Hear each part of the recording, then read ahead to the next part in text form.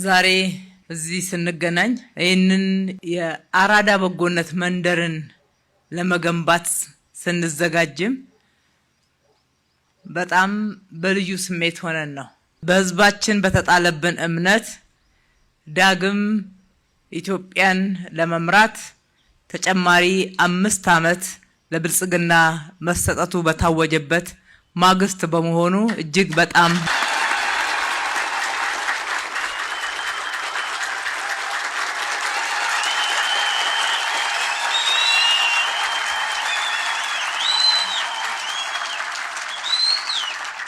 ህዝባችን የጣለብንን እምነት የሰጠንን ድምጽ የቃል ኪዳን ውል አርገን እንወስደዋለን።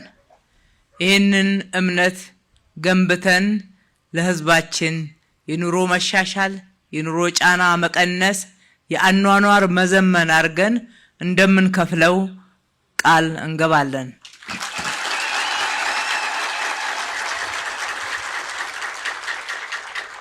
ይገባናል ህዝባችን እንደገና ሲመርጠን የተሻላችሁ ነው ብሎ እንጂ ሁሉ ነገር ጥያቄው ተመልሶለት ሁሉ ነገር ሞልቶለት እንደገናም ደግሞ ስንሰራም በሁሉ ነገር በጣም ትክክል ናችሁ ብሎ አይደለም። ነገር ግን እድል ብንሰጥ ማሻሻል ይችላል። እድል ብንሰጥ አንዳንድ ክፍተቶችን ማረም የሚችለው ያው ብልጽግና ነው። እድል ብንሰጥ ጥያቄዎቻችንን ለመመለስ ተጨማሪ ጊዜ ያገኛል። እድል ብንሰጥ በተሻለ ሁኔታ ያገለግለናል የሚል ኃላፊነት እንደሆነ ይገባናል። ይህንን ኃላፊነት በቅንነት፣ በታማኝነት፣ በታላቅ አክብሮት በተግባር ላይ ለማዋል እናንተን ይዘን እናንተን አስተባብረን እንደወትሯችን እጅ ለእጅ ተያይዘን እንደምንሰራ ለእናንተ ዳግም የምናረጋግጥበት ቀን ነው። ስለዚህ ይሄንን የአራዳ በጎነት መንደር እጅግ ልዩና ታሪካዊ የሚያደርገው ይሄ ሁነት ነው። ድምጽ አግኝተን መልሰን ትልቅ ኃላፊነትን ለመረከብ የምንዘጋጅበት በትልቅ ትጋት የበለጠ ለመወጣት የበለጠ እንቅልፍ የምናጣበት እንጂ ተመረጥን ብለን የምንኩራራበት ምክንያቶች የሉንም። ምክንያቶቻችን ሀገርን ማገልገል ነው። ምክንያቶቻችን ኢትዮጵያን መለወጥ ነው። ምክንያቶቻችን ሀገርን መገንባት ነው። ዋናው የምንፈልግበት የህዝብን ድምጽ ሀገራችን ከድህነት ትወጣ ዘንድ የጀመርነውን ልማት ማስቀጠል ነው። ሰላምን ዘላቂ ማድረግ ነው። ህዝባችን የተጠማውን ዲሞክራሲ መገንባት ነው። አዲስ አበባ ልዩ የሚያደርገው እንግዲህ 12 የፖለቲካ ፓርቲዎችን የሚወክል ምክር ቤት እየሆነ ነው። የአዲስ አበባ ምክር ቤት በታሪካችን የመጀመሪያ ነው። የህዝባችን ፍትሃዊ ዳኝነትም የታየበት ነው። አንድ የግል ተወዳዳሪን ጨምሮ ከ13 ያላነሰ የተለያዩ አመለካከቶች በአንድ ምክር ቤት ውስጥ የሚደመጡበት ምዕራፍ ላይ ተላልፈናል ማለት ነው። ይሄም የጋራ ታሪካችን ነውና ሁላችንንም ለዚህ ታሪካዊ ምዕራፍ ስለበቃን ዳግም እንኳን ደስ ያለ ማለት እወዳለሁ። የአራዳ በጎነት መንደርን የምንገነባው በተለምዶ አጠራሩ ገዳም ሰፈር ተብሎ የሚጠራ ይህንን አካባቢ መልሶ በማልማት ነው። ምን ገነባው በዚህ ስፍራ ላይ በመጀመሪያ ዙር 8 የመኖሪያ ህንጻዎች G+8 ወይም ደግሞ በ9 ወለሎች የሚገነባ ነው። እሱ እንደተጠበቀ ሆኖ ተጨማሪ እዚህ አካባቢ ቢዝነስ ስላለ 2 ተጨማሪ G+4 የገበያ ማዕከላትን እንገነባለን። ይሄ የመጀመሪያ ምዕራፍ ነው። ይሄ የመጀመሪያው ምዕራፍ ነው የሚሆነው። ከዚህ በላይ ካልገነባን በስተቀር ይሄ አካባቢ ሙሉ ለሙሉ ሊዘምን ሊቀየር አይችልም። እዚሁ ከንቲባ ጽሕፈት ቤት ጎረቤት ሆኖ እንዲህ በመታዩት ሁኔታ ጎስቁሎ ለመኖር ምቹ ባልሆነ ለመውጣት ለመግባት እጅግ አስቸጋሪ በሆነ እጅግ በጣም የዘመሙ ጎጆዎች የሚታዩበት የወዳደቁ የቀበሌ ቤቶችም እንዲሁም የግል ቤቶችም ቢሆኑ አካባቢውንም ሆነ ከተማዋን የማይመጥኑ ሆነው አርጅተው ዘመናቸውን ጨርሰው መልሰን እንድንገነባቸው ጥሪ ሲያደርጉ ከቆዩ ከርመዋል ማለት ነው። መመልከት ለሚችል አይን ይሄ ሰፈር መቀየር ያለበት ዘገየ ካልተባለ በስተቀር በፍጥነት መቀየር እንዳለበት ሁሉንም የሚያስማማ ነው። በጣም ልዩ የሚያደርገው ደግሞ የሚገኘው አራዳ ላይ ነው። የከተማው ዋና እምብርትና ከተማዋ የተቆረቆረችበት አካባቢ። በሌላ በኩል ደግሞ እዚህ በጣም በርካታ ታሪካዊ ቅርሶቻችን የሚገኙበት፣ የድል ሐውልቶች የሚገኙበት፣ አድዋን፣ መዘጋጃ ቤትን፣ ሌሎችም ትልልቅ ሐውልቶችን ከቦ የሚገኝ አካባቢ ነው። ብዙ ቱሪስቶች የሚመጡበት፣ ገመናችን ደግሞ በሌላ በኩል እዚህ የሚታይበት ሁኔታ ደስ የማይልበት ነውና ቶሎ ብሎ ይሄንን መቀየር ያስፈልጋል። ከማንም በላይ ግን የምንሰራው መጀመሪያ ላይ እንዳልኩት ለህዝባችን ምቹ የመኖሪያ አካባቢን፣ ምቹ የመኖሪያ ቤትን፣ ዘመናዊ አኗኗርን፣ ኑሮና አኗኗሩን ማዘመን ማሻሻልን መሰረት አድርገን ነው አዲስ አበባን ለነዋሪዎቿ ምቹ እናረጋታለን ስንል የሚሰራውና ዋናው መሰረታዊ ጉዳይ ይሄ ነው። ከመኖሪያ ቤት ይጀምራል፣ ከመኖሪያ አካባቢ ይጀምራል፣ ከዛ ወደ ዋናው ከተማ ይዘልቃል ማለት ነው።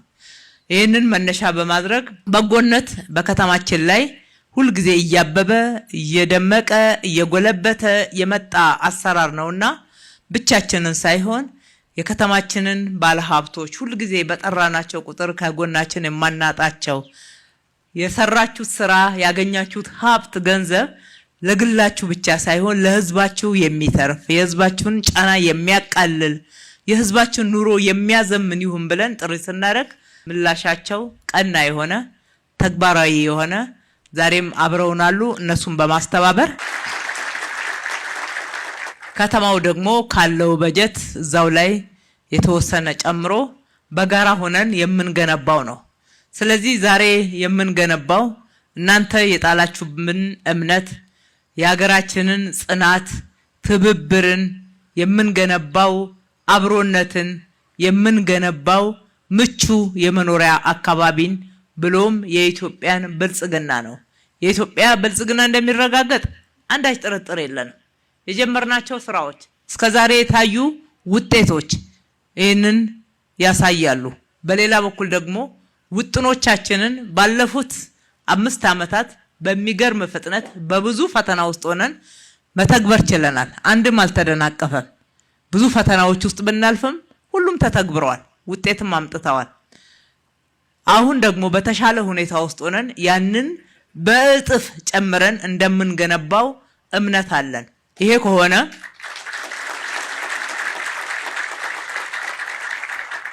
እስከሆነ ድረስ ኢትዮጵያ እንዳትበለጽግ የሚያረጋት ምንም ነገር የለም። ውድ ኢትዮጵያውያን፣ የከተማችን ነዋሪዎች ሁላችንም ማወቅ ያለብን የኢትዮጵያውያን እጣ ፈንታ የተጋመደ ነው። ኢትዮጵያ ከበለጸገች ሁላችንም በጋራ የምንበለጽግበት፣ ኢትዮጵያ ደግሞ ከጎሰቆለች ሁላችንም የሚጎልብንና ጉስቁልና የሚያገኘን መሆኑን ነው። እዛም እዚህም አላስፈላጊ ጊዜን የሚያባክኑ አቅም የሚያባክኑ አላስፈላጊ ዋጋ የሚያስከፍሉትን ጉዳዮች ይበቃል መተው ነው።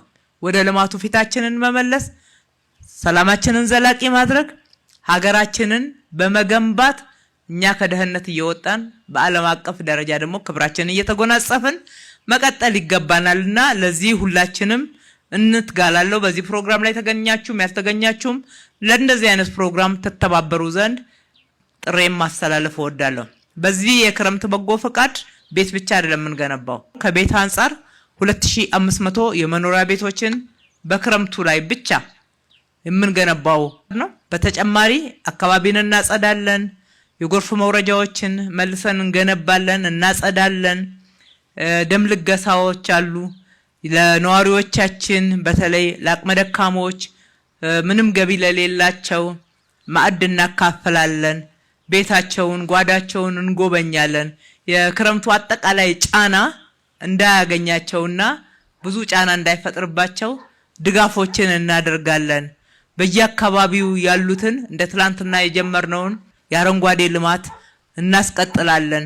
ከተማችንን ውብ ጽዱ አረንጓዴ ለነዋሪዎቿ ምቹ የሆነች ሁሉም እፎይ ብሎ ፈጣሪውን እያመሰገነ የሚኖርባት ከተማ ለማድረግ አንተኛም ሁልጊዜ ሌት ተቀን እንሰራለን። 24/7 ተጠናክሮ የሚቀጥል መርህ ነው። እናንተም ይው አጠናክራችሁ ቀጥሉ ብላችሁ አደራ ሰጥታችኋልና ወደ ኋላ የለም ማለት ነው።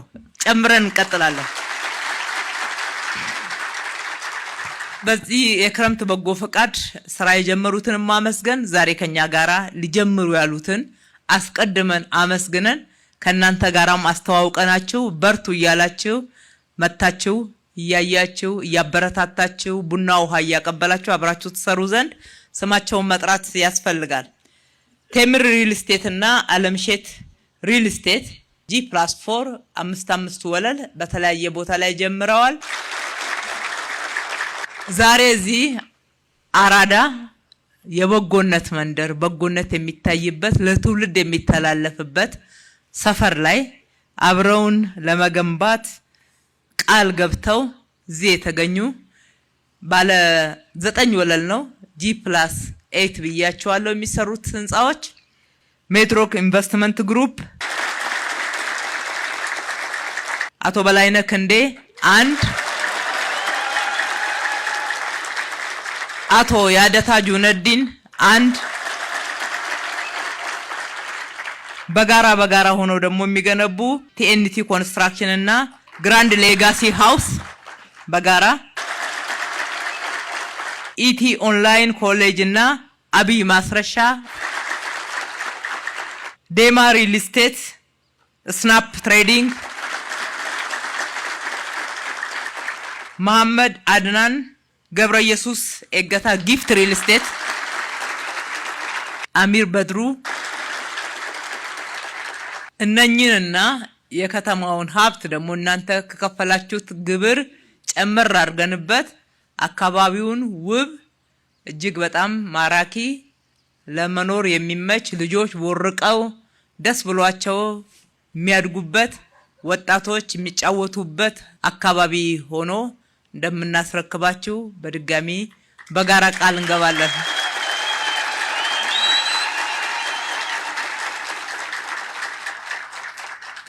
እንበርታ። ክረምት በጎ ፈቃድ አገልግሎት በዚህ ብቻ የሚገለጥ አይደለም። አካባቢያችሁን አጽዱ። አካባቢያችሁን ከጎርፍ ከቆሻሻ ከማንኛውም የተለያየ ንጽህናንና የእናንተን አኗኗር ከሚያጓድሉ ጉዳዮችና ከሚጎዳችሁ ጉዳዮች እንዲጸዳ ማድረግ ላይ የማንም አስተባባሪነት አያስፈልግም። ለእናንተ ደግሞ የምንሰጠው ኃላፊነት ይሄ ነው። ስራውን ስንሰራ ቶሎ እዚህ እንገናኛለን ማለት ነው። መልካም ቀን።